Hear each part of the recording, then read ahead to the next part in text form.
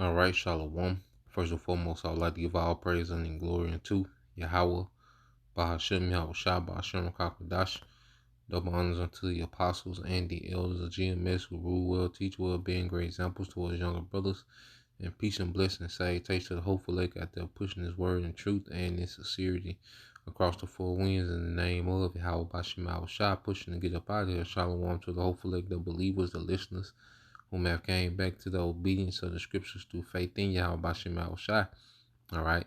And what I want to go into today, is I'm dealing with the topic, all right, on multiple wives and how Christians, all right, just need to be quiet.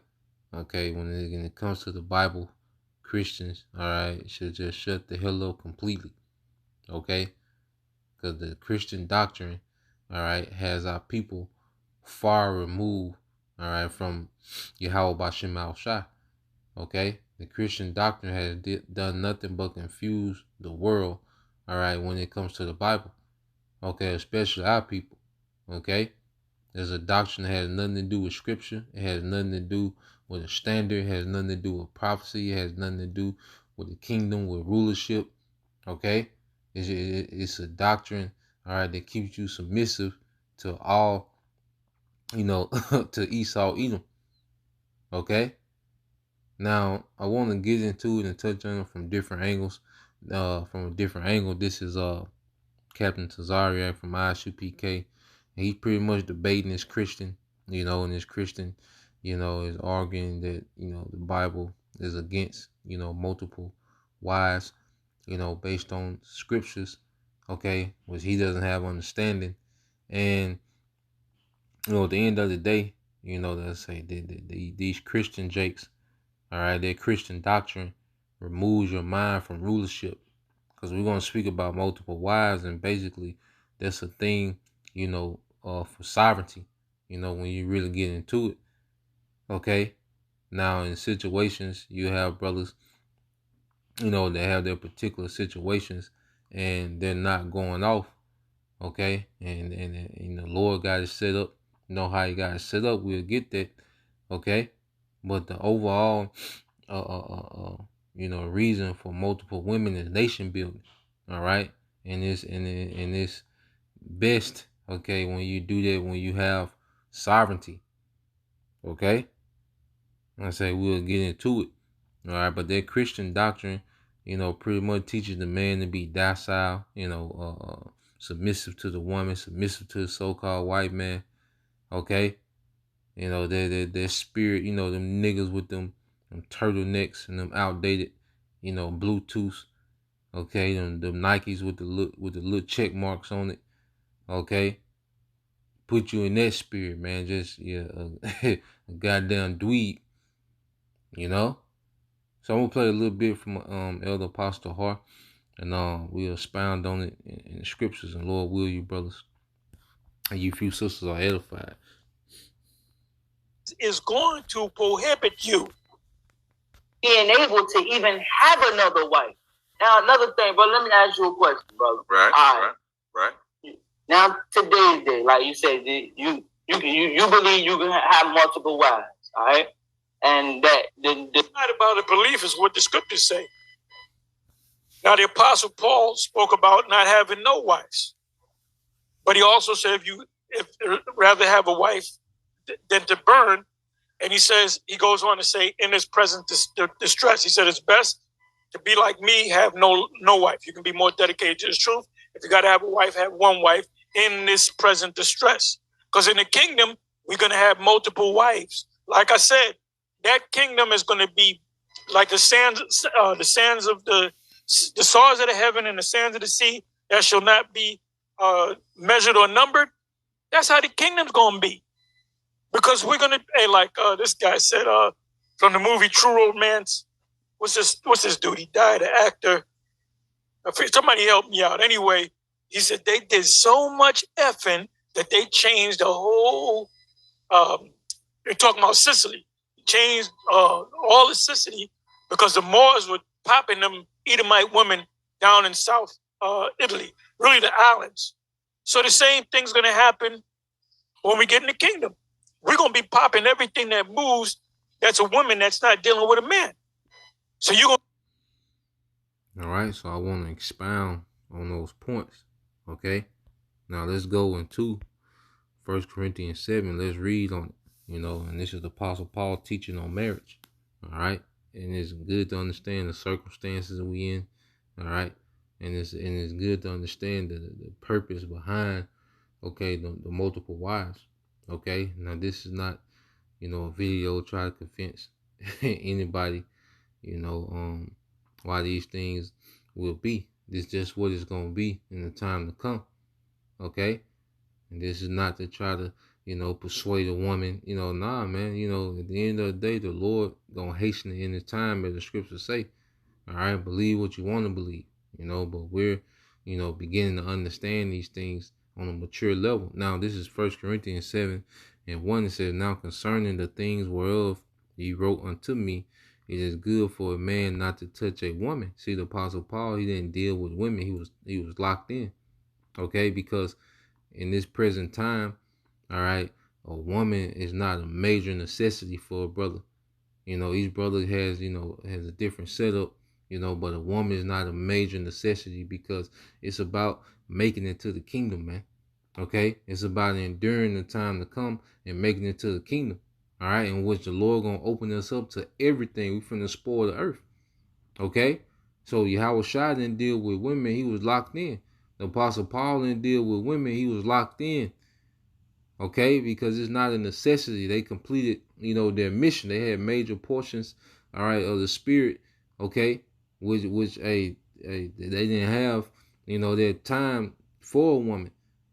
Okay, but they still completed their mission. Yahweh Shai on the cross, what did he say? It is finished. He completed his mission. Apostle Paul, before he was beheaded, he said he fought the good fight of faith. Okay, and that there was a crown, all right, of righteousness waiting upon him. Okay, he completed the mission, and the woman, all right, was not a necessity. Just like in this time, it's not a necessity, all right. But the Lord does add, to brother houses, man, as he see fits. And we're going to go into verse 2. It said, nevertheless, to avoid fornication, let every man have his own wife, and let every woman have her own husband. Yeah, see, he was against that hookup culture. Okay, you like, nah, if you're gonna deal, get you a little woman, all right, and the women, just be with that one man. All right, he was setting up order amongst, a church that was what? All right, that was Hellenized, man. Just as we, all right, were westernized. All right, so he's establishing order and structure, all right, for our people that was Hellenized. It said, let the husband render unto the wife due benevolence, and likewise also the wife unto the husband, because, you had, you getting this truth, okay? And especially as a man, you'll get locked in and you'll kind of neglect, your duties, with particular things, okay? And a woman likewise, especially, if one is in the truth and the other one is not, it kind of create a separation. It create a wedge, okay? But that due benevolence kind of keeps everything consistent, when y'all still dealing with each other, okay? And that's part of the responsibility of a marriage. Now, everybody situation set up different, it ain't no, certain amount of times a week, a month, however you guys set up, but there's a time where man and wife, you have to come together, to kind of keep things consistent. It said the wife have not power over her own body, but the husband, and likewise also the husband have not power of his own body, but the wife, because like I said, that's we're men, some, brothers and sisters are still younger, is going to have, that vigor, and even, people are different, people still even older, in the older age, still kind of have that vigor, and like I say, that's, a part of marriage, you see. So the man can't just withhold himself just because, and the woman can't just withhold herself just because, okay? So Apostle Paul establishing that order.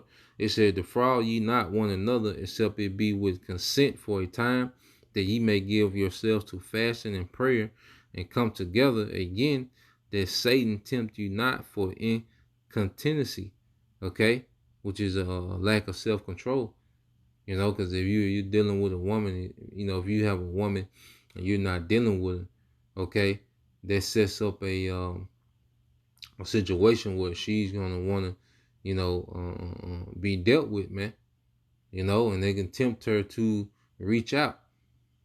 You see, so you gotta kind of keep keep that flame lit, to the best of your ability, man, within this ministry, man. Okay, and it says, but I speak this by permission and not of commandment. And another thing, Apostle Paul, as he's heavily into the scripture, he understands the nature, in the flesh, the nature of people, and in certain situations, okay, the flesh, has to be appeased to a degree, or it'll set you in a position to sin, So let's go to verse 6. It says, but I speak this by permission, not of commandment, for I would that all men were even as myself, which didn't deal with women. But every man have his proper gift of the Most High, one after this manner and one after another manner. So every brother, is in a different situation, man. But every brother, has their proper gift, because the Lord, according to his will, he add to a brother house, man. And it's for the sake of salvation. You see, that's the big picture. We here for salvation, okay? Because really, the nation building is going to start in the kingdom.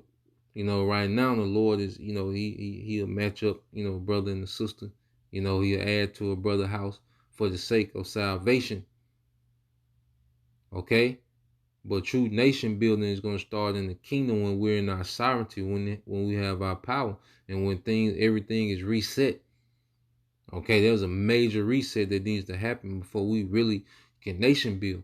Okay, now you are going to have, brothers, that are going to get, a women pregnant before the kingdom.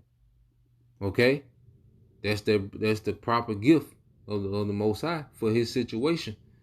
Because there's children that are born just to be destroyed, and there are children being born for salvation. The houses of the Lord's men. Okay, brother seeds are going to be delivered.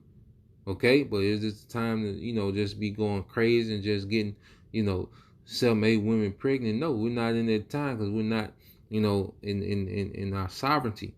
Okay, and then the Apostle Paul is going to go into that. When you go here, jump down, 1 Corinthians 7 and 6.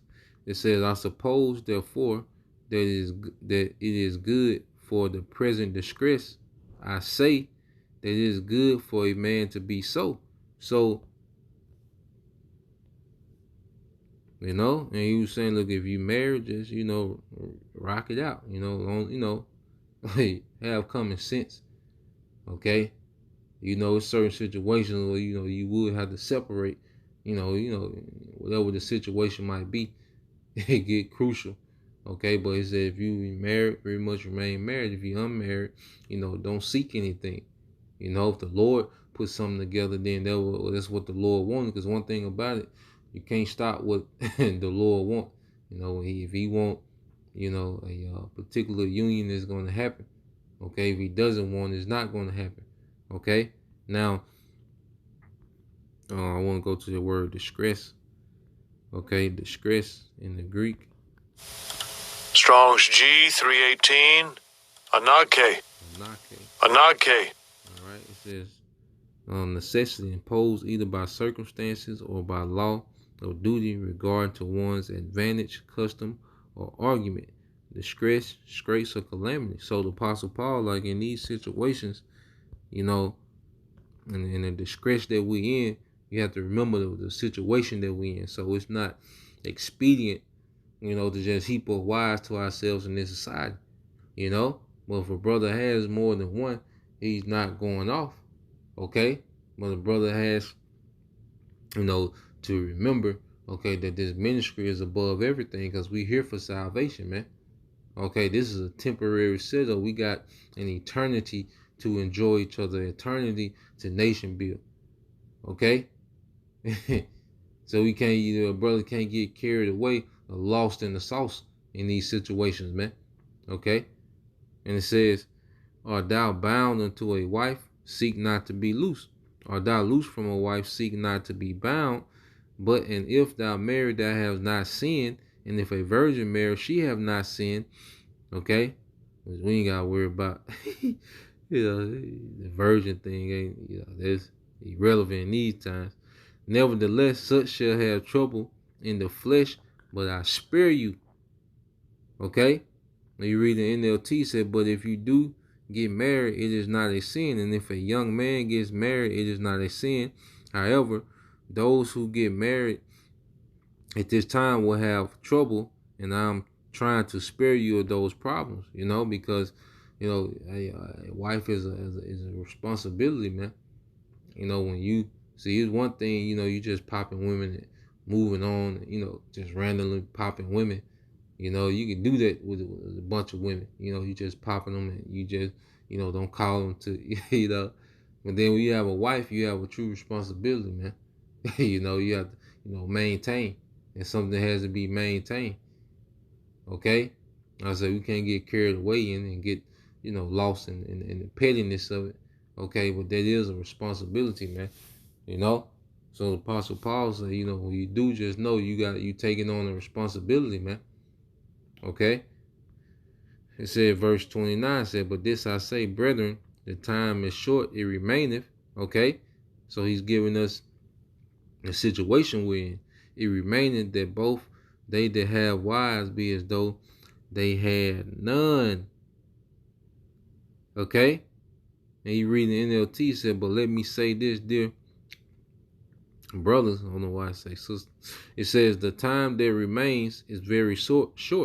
So from now on, those with wives should not focus only on their marriage, okay? Because we're in the spiritual war. See, women, all right, are a luxury after the war is won, okay? But when you're in the middle of a war, a woman is not a real necessity like that, okay? All right, it's a gift. A woman can be a gift. She can be an asset. She can be an aid. A woman can be extremely helpful. When she's in some type of order. Okay, it can benefit your house. It's a beautiful thing. But it's not a necessity. All right, before the war. Okay. After the war, yeah, then we're gonna get to indulge truly. All right, into that. Okay, but right now it's all about making it. It's all about us as men, because see, the Lord's dealing heavily with his men. We're being restored. Okay, and we're being prepped. Right now we're in the spiritual war, but then it's going to get active, man. Okay, and I say the woman is a luxury after the war is won. Okay, and that's going to be after Yahushua when we really get to enjoy these things. Because why? When you go to Revelation 2 and 25, it said, but that which you have already, hold fast till I come. Okay, and that's this faith. Okay, the faith in the victory. We have to hold fast to that. We have to maintain these things, man. And as a man, okay, we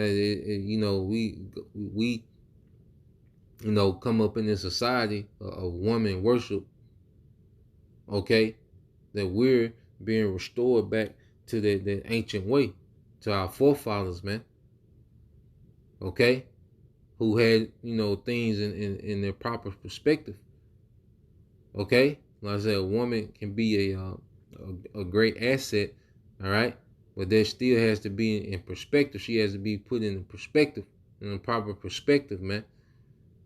Okay. Verse 25 said, but that which you have already, hold fast till I come.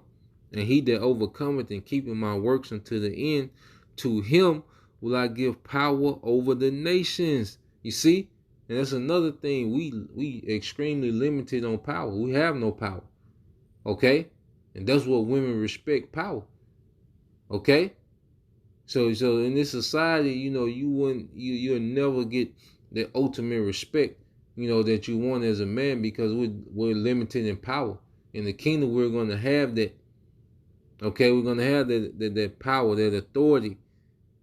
Okay? And just as Apostle Hart said, then it's gonna be time for a little one to become a nation. Okay, a small one to become 1,000, man.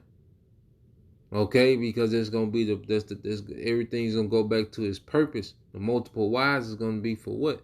Extending, all right, your power. If you're a king, okay, your sons and your daughters is an extension of your power. That's why the Lord is dealing with his men, because that's an extension of his power. He's dealing with his sons heavily right now, because that's an extension of his power in the earth, beginning with Yahweh Shai. Okay? And as men, how do we multiply ourselves in the earth? Through women.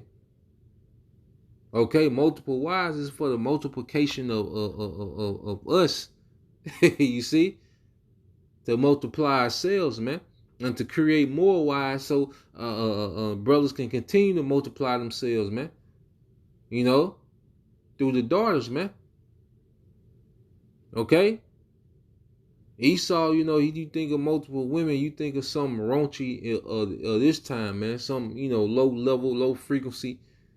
Okay? You think of nah, man. We gonna do it with class and nobility, man. It ain't gonna be in the jacuzzi and two of them twerking by your ear and the other one in front of you, doing the handstand. Nah, man, it ain't gonna be all right. That raunchy way that Esau showed you on the rap videos, man. It's gonna be with class. It's gonna be with nobility.